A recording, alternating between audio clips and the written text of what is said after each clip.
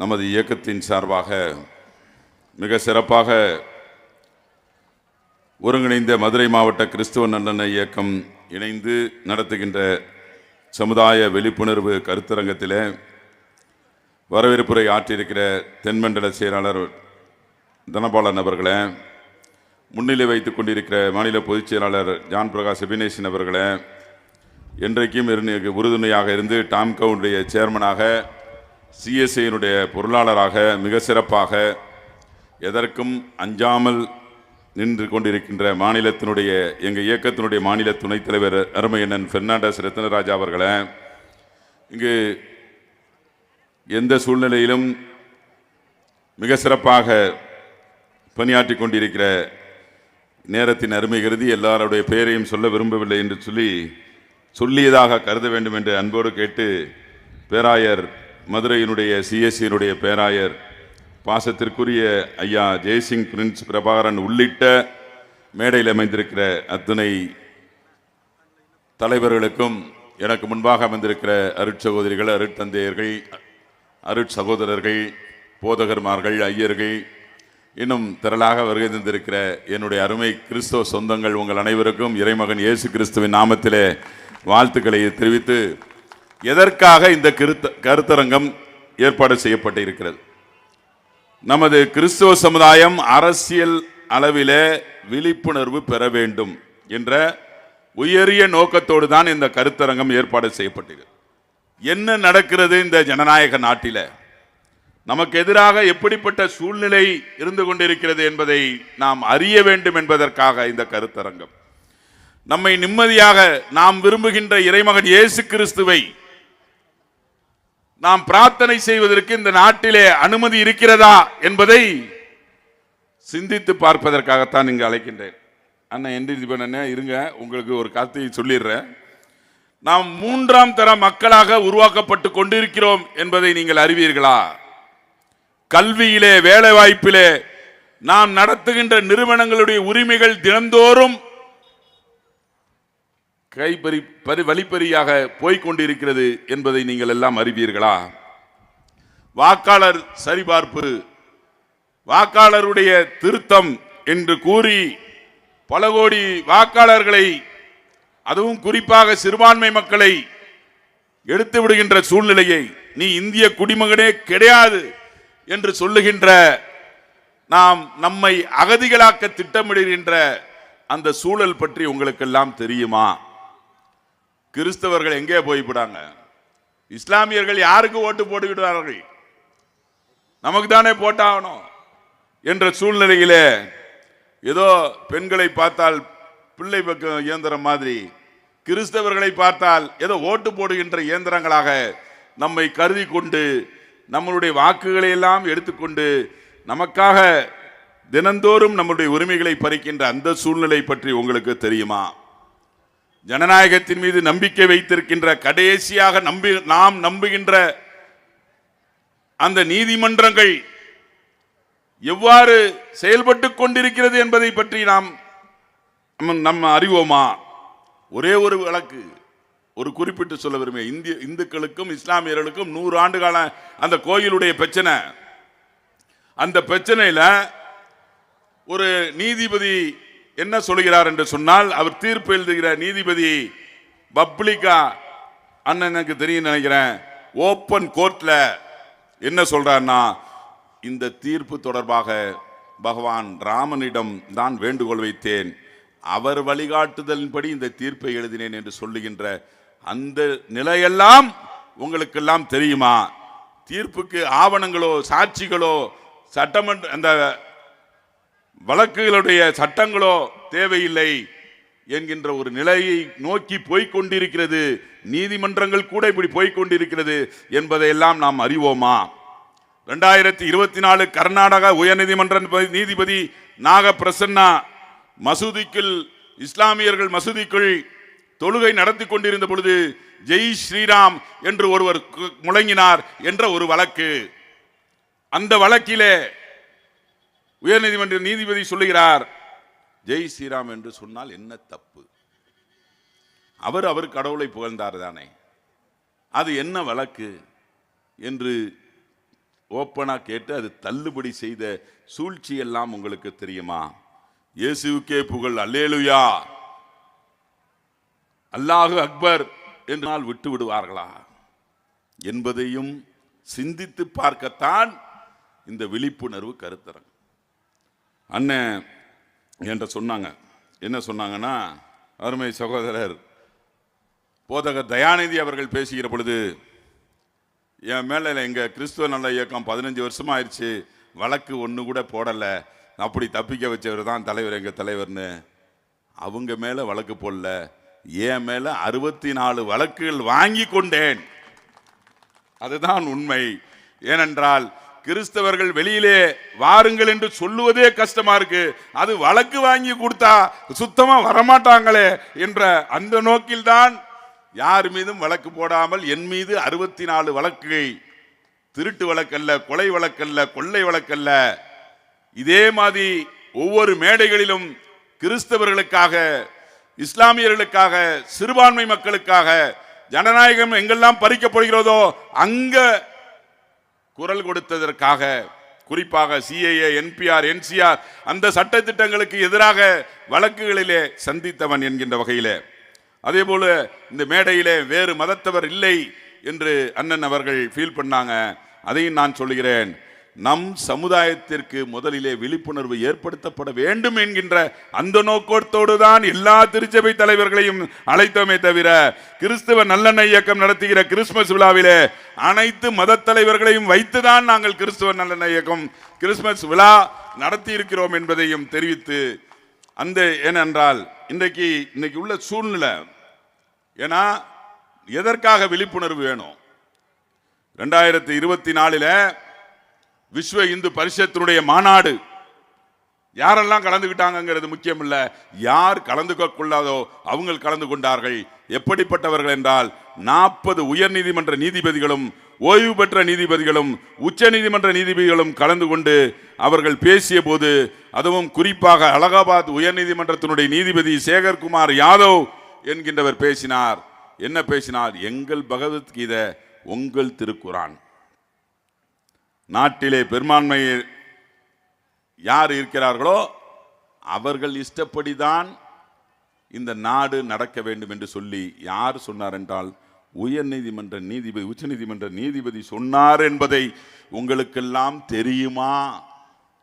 என்ன நடந்து கொண்டிருக்கிறது என்பதை நீங்கள் எல்லாம் அறிய வேண்டும் என்பதற்காகத்தான் இந்த விழிப்புணர்வு கருத்தரங்கம். அதனால தான் நான் பேசி முடிக்கிற வரைக்கும் மழை கொஞ்சம் நிற்கட்டுங்கிறதுக்காண்டி நிற்கிதுன்னு நினைக்கிறேன். பேசி முடிச்சோன்னா மழை வந்துருன்னு நினைக்கிறேன். நீங்க மதமாற்ற தடை சட்டம் நமக்கு வந்துச்சு, அம்மையார் ஜெயலலிதா அவர்கள் கொண்டு வந்தாங்க. ஆனா நம்ம எதிர்த்து போராடணும், ரோட்ல வந்து களத்துல போராடணும். இன்னைக்கு எங்க தெரியுமா? எத்தனை மாநிலங்கள்ல இருக்கிறது தெரியுமா? நம்ம கிறிஸ்தவர்கள் இன்றைக்கும் இந்தியாவிலே 2.3% தான் இருக்கிறோம். 97% இருக்கக்கூடியவர்கள் என்ன சொல்லுகிறார்கள் என்று சொன்னால், நாம் அவர்களுக்கு அச்சுறுத்தலாக இருக்கிறோம் என்று சொல்லி, என்ன மாதிரியான மதமாற்ற தடை சட்டம் என்று சொன்னால், உத்தரப்பிரதேசத்திலேயும், மத்திய பிரதேசத்திலேயும், உத்தரகாண்டிலேயும், குஜராத்திலேயும், சத்தீஸ்கரிலேயும் இது போன்ற 13 மாநிலங்களிலே பாரதிய ஜனதா கட்சி நடத்துகின்ற மாநிலங்களிலே மதமாற்ற தடை சட்டம் போட்டது மட்டுமல்லாமல், மதமாற்ற தடை சட்டத்திலே பங்கேற்றால் மத்திய பிரதேசத்திலே மரண தண்டனை விதிக்கலாம் என்கின்ற விதி இருக்கிறது. அது உங்களுக்கு தெரியுமா? உத்தரப்பிரதேச உத்தரகாண்டிலும் இப்படி குற்றம் சாட்டப்பட்டவர்கள் ஆயுள் தண்டனை கைதியாக மாற்றப்படுவார்கள் என்ற சூழ்நிலை இருந்து கொண்டிருக்கிறது. அது உங்களுக்கு தெரியுமா? உத்தரப்பிரதேசத்திலும் அந்த மாநிலங்களில் என்ன மாதிரியான மதமாற்ற தடை சட்டத்துக்கு என்ன போட்டிருக்காங்க அப்படின்னா, தீவிரவாத தடுப்பு சட்டத்தின் கீழே இன்றைக்கு போதகர்மார்களும், இன்றைக்கு ஐயர்மார்களும், சிஎஸ்ஐ திருச்சபை சார்ந்த ஐயர்மார்களும், ரோமன் கத்தோலிக்க திருச்சபை சார்ந்த குறிப்பாக 2 மாதத்திற்கு முன்பு கைது செய்யப்பட்ட 2 அருட்சகோதரிகளும், இன்னும் பெந்தகோஸ்தை சார்ந்த அத்தனை போதகர்களும், குறிப்பாக சொல்ல வேண்டும் என்று சொன்னால், உத்தரப்பிரதேசத்தில் 7 நாளைக்கு முன்னாடி, லாஸ்ட் வீக், போன வாரம் அல்ல, 7 அருட்சகோதரர்களும், அருட்தந்தையர்களும், ஐயர்மார்களும் அதோடு சேர்த்து 59 கிறிஸ்தவர்கள் இந்த மதமாற்ற தடை சட்டத்தின் கீழே கைது செய்யப்பட்டிருக்கிறார்கள் என்றது உங்களுக்கு தெரியுமா? இதுக்கு தான் இந்த விழிப்புணர்வு கருத்தரம். இன்னைக்கு இருக்க சூழ்நிலை. அதுல இன்னொரு கேஸ், உத்தரப்பிரதேச கேஸ் எப்படின்னா, நான் மதம் மாத்தின ஒரு ஆளை அப்படின்னு வச்சுக்கங்களேன், வேற ஒருத்தர் வேடிக்கை பார்த்துக்கிட்டு இருந்தவர் கம்ப்ளைண்ட் கொடுத்தாலே போதும், நாங்கள் கைது செய்யப்பட்டு, அதுவும் தீவிரவாத சட்டத்தில் கூட கைது செய்யப்பட்டு சிறையிலே அடைக்கப்படுகின்ற சூழ்நிலை. அந்த தீவிரவாத தடுப்பு சட்டம் என்ன என்று சொன்னால், எங்க இருக்காங்க கைது செய்யப்பட்டவர்கள் சொல்ல தேவையில்லை. எத்தனை நாள் வேணா வச்சு அரெஸ்ட் பண்ணிக்கலாம். எங்க ஜாமீனே கிடையாது, 1 வருடம் 2 வருடம் ஜாமீனே கிடையாது என்கின்ற சூழ்நிலை தான் அன்பு சகோதரர்களே இன்றைக்கு நடந்து கொண்டிருக்கிறது. இதுக்கெல்லாம் நாம் நேரத்தின் அருமை கருதி இன்னும் பல கருத்துக்களை நான் சொல்ல வந்தேன். ஆனால் நம்முடைய சூழ்நிலை இன்றைக்கு மிகவும் பத்தட்டிக்கா இருக்கு, பயமா இருக்கு. உண்மை இங்கே பார்த்தீங்கன்னா எச் ராஜா நம்மளுடைய அருட்சகோதரிகளையும் அருட்தந்தையர்களையும் என்ன கூப்பிடுறான்? பாவாடைன்னு கூப்பிடுறான். என்ன ஆக்ஷனு? நாம் பேசலாமா? நமக்கு பேச வராது. நாம் அனைவரையும் அரவணைத்து செல்லுகின்றோம். அண்ணன் அவர்கள் இன்னைக்கு லாவண்யாவை பற்றி பேசினார். மைக்கில்பட்டியில் தஞ்சாவூரில் அருட்சகோதரியை கைது செய்யப்பட்ட போது நான் அவர்களை சிறையிலே அவர்கள் உடம்பு சரியில்லைன்னு சொல்லி சர்டிஃபிகேட் வைங்க அப்படின்னு சொல்லி கேட்ட போது அருட்சகோதரி என்ன தெரியுமா சொன்னாங்க? எப்படிப்பட்டு சொன்னாங்க தெரியுமா? ஆஸ்பத்திரியில் இருங்க சிஸ்டர், உடம்பு சரியில்லைன்னு சொல்லுங்க அப்படின்னு சொன்னா, பொய் சொல்ல மாட்டேன், பொய் சொல்ல மாட்டேன், நான் ஆசையா வளர்த்த அந்த பொண்ணு ஏன் இப்படி பண்ணிச்சுன்னு தெரியல அப்படின்னு சொல்லி அழுதார்கள். அவர்கள் விடுதலை செய்யப்பட்ட போது நான் அதே இடத்திலே சட்டமன்ற உறுப்பினராக உள்ளேன். சிறைக்கு சென்று அவர்களை வரவேற்ற பொழுது, அவர்களை சால்வை போட்டு வரவேற்ற பொழுது எப்படி தெரியுமா வெளியே வந்தாங்க? கட்டை பையில், அந்த கட்டை கூட கிடையாது, வெறும் பையை தூக்கிட்டு வந்தாங்க. வந்தவங்க சொன்னாங்க, என் பிள்ளை இப்படி அநியாயமாக செத்து போச்சேன்னு வெளியே வந்தாங்க. என்னையே இப்படி பழி வாங்கிட்டாங்களே, உள்ள போட்டாங்களேன்னு வரல. இதுதான் இந்த கிறிஸ்தவர்களுடைய அன்பும் பண்பும், இந்த தமிழகத்தையும் இந்தியாவையும் கல்வியிலும் மருத்துவத்திலும் வளர்த்த பண்பு. ஆனால் இன்று நம்மை பார்த்து எப்படிப்பட்ட ஒரு நஞ்சுரத்தை விதைக்கிறார்கள் என்று சொன்னால், இன்னைக்கு மெட்ரிக் உதவி, முந்தைய கல்வி உதவி தொகை நிறுத்தப்பட்டுச்சு. நம்ம பிள்ளைங்க படிக்க கூடாது என்பதற்காகவே கல்வி உதவித்தொகை நிறுத்தப்பட்டிருக்கு. அபுல் கலாம் ஆசாத் என்கின்ற அந்த உயர் கல்வி தொகை டோட்டலா நிறுத்தியாச்சு. தலித்து கிறிஸ்தவர்களை பட்டியலின பட்டியலிலே சேருங்கள் என்று சொல்லி ஒன்றிய அரசுக்கு தமிழ்நாடு அரசின் சார்பாக மாண்புமிகு தமிழ்நாட்டினுடைய முதலமைச்சர் அவர்கள் இந்த தீர்மானம் நிறைவேற்றி அனுப்பியும் இன்று வரை அதுக்கு பதில் இல்லை. எப்ப பார்த்தாலும் ஆளுநரை வச்சு நம்முடைய கிறிஸ்தவ தமிழறிஞர்களை, கால்டுவெல் போன்றவர்களை, அவர் தற்கூறி படிக்காதவர். நானும் அண்ணனும் பெர்னாண்டஸ் அண்ணனும் அவர் எங்க படிச்சாரு, என்ன படிச்சாரு, எந்த பல்கலைக்கழகத்தில் படிச்சாருன்னு சர்டிபிகேட்டே ஓப்பனா காமிச்சோம்.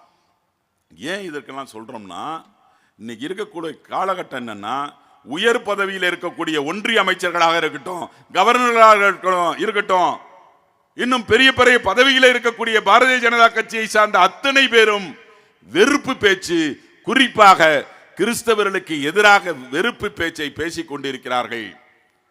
அவர்களை தயவு செய்து இந்த தேர்தலிலே தமிழகத்திலே உள்ளே ஊற்றாதீங்க என்று வேண்டுகோளுக்காக, விழிப்புணர்வுக்காக, இந்த தமிழகத்தை இருக்கக்கூடிய கிறிஸ்தவர்களுக்கு சொல்லுவதற்காகத்தான் இந்த விழிப்புணர்வு கருத்தரங்கம்.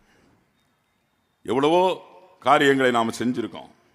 நீங்க பார்த்தீங்கன்னா, தலித்து கிறிஸ்தவர்களை இனப்பட்டியலில் சேர்க்க வேண்டும் என்று சொல்லி சட்டசபையில் தீர்மானத்தை நிறைவேற்றி வைப்பதற்கு மாண்புமிகு தமிழக முதலமைச்சர் அவர்களிடம் அழுத்தம் திருத்தம் சொல்லியிருக்கிறோம். அழுத்தம் கொடுத்து இன்றைக்கு தீர்மானம் நிறைவேற்றியாச்சு. தேவாலயங்களை புனரமைக்க வேண்டும் என்பதற்காக ஒவ்வொரு கோயில்களுக்கும், பழைய வாய்ந்த கோயில்களுக்கு நாங்கள் வாங்கி கொடுத்துருக்கோம்.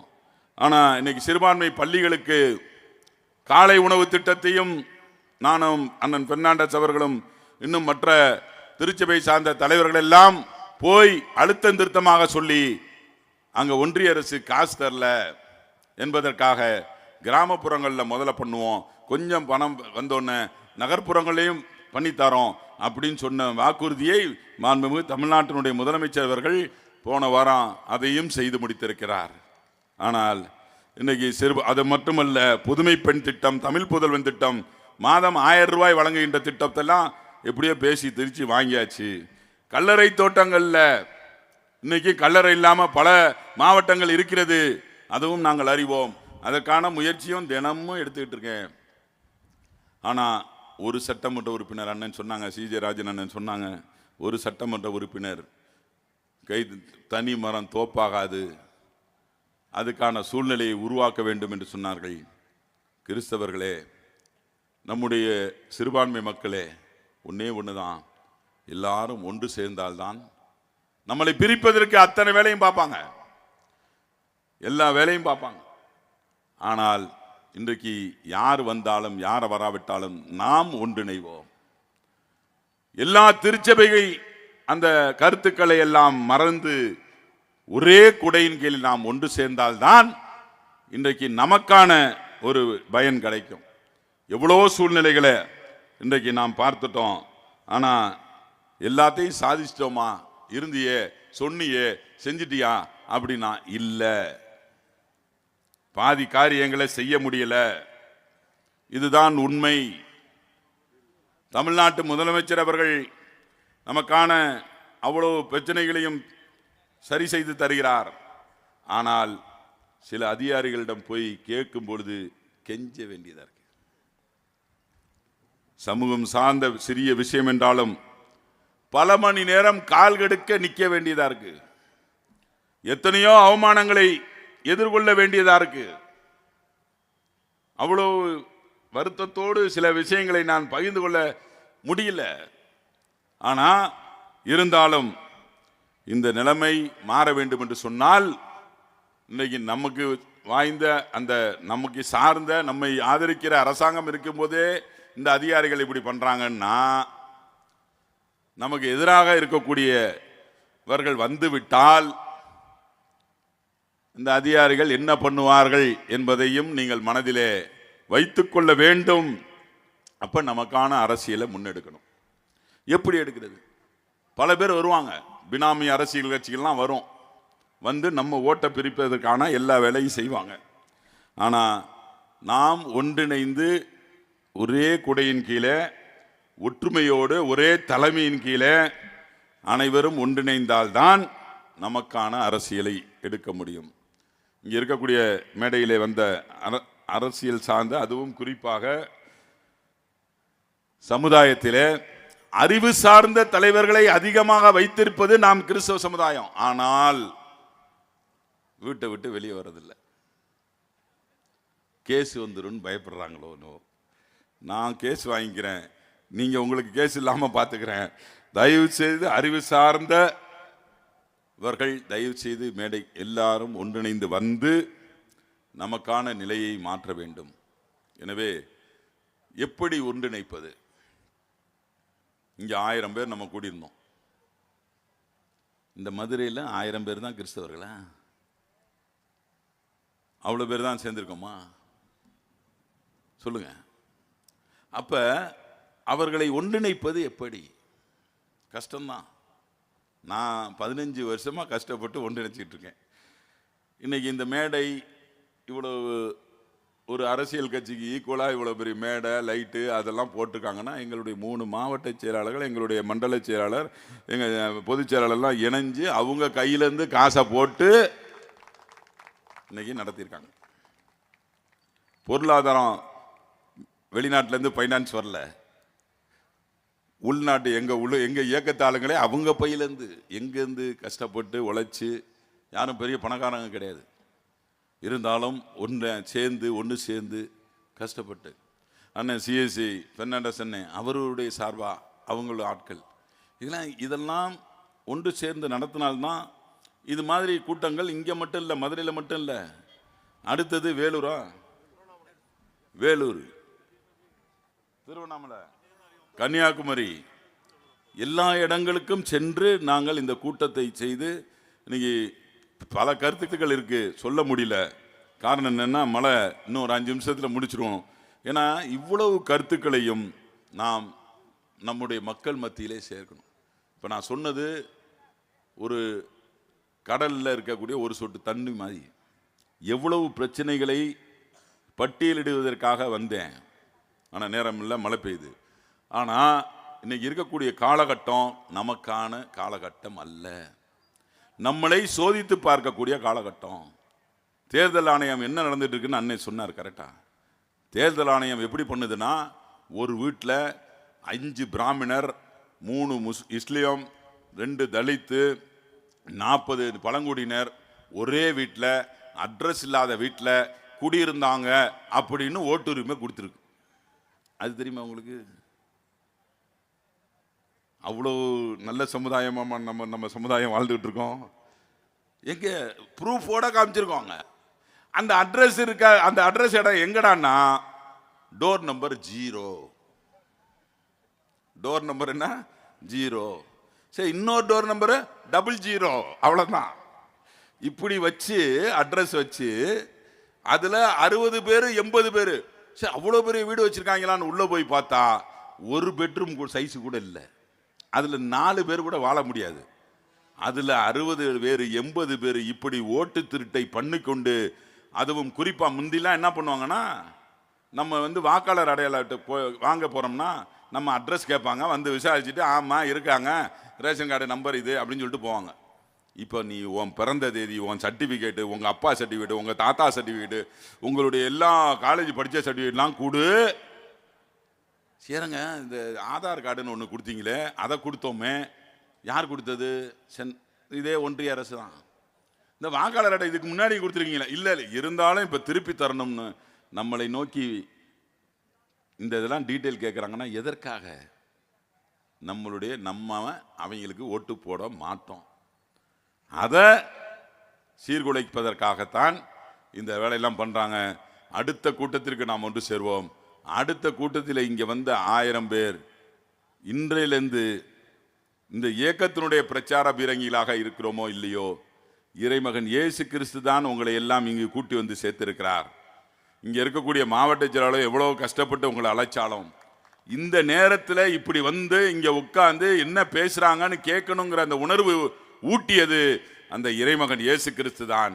அதற்காகத்தான் மேலிருந்து உங்களுக்கு மழை நீராக ஆசீர்வதித்து கொண்டிருக்கிறார் என்பதையும் நான் தெரிவித்து, இந்த வாய்ப்புக்கு மிக சிறப்பாக ஏற்பாடு செய்திருக்கிற ஒவ்வொருத்தரையும் பெயர் சொல்லி என்னால் வாழ்த்த முடியவில்லை என்று சொன்னாலும், நேரத்தின் அருமை கருதி நம்முடைய மதுரை பேராயர் அவர்கள், நம்முடைய அண்ணன் பெர்னாண்டஸ் அவர்கள், இங்கே இருக்கக்கூடிய ஒவ்வொரு தலைவர்களும் இந்த நேரத்தை எல்லாம் ஒதுக்கி வைத்துவிட்டு இந்த கிறிஸ்தவர்களுடைய நிலையை பற்றி உங்களுக்கெல்லாம் தெரியப்படுத்த வேண்டும் என்ற அந்த உணர்விற்காக இங்கு வந்திருந்த அத்துணை பேருக்கும் நன்றி சொல்லி, எனக்கு முன்பாக இருந்த அத்துணை பேருக்கும் பாதியில் கேட்டு பாதியில் கேட்காம போய் ஓரத்தில் நின்று வண்டியில் உட்கார்ந்து நம்முடைய பேச்சை கேட்கிற அத்துணை சகோதர சகோதரிகளுக்கும் இந்த நேரத்தில் நன்றிகளை தெரிவித்து வாய்ப்புக்கு நன்றி கூறி விடைபெறுகின்றேன். நன்றி, வணக்கம்.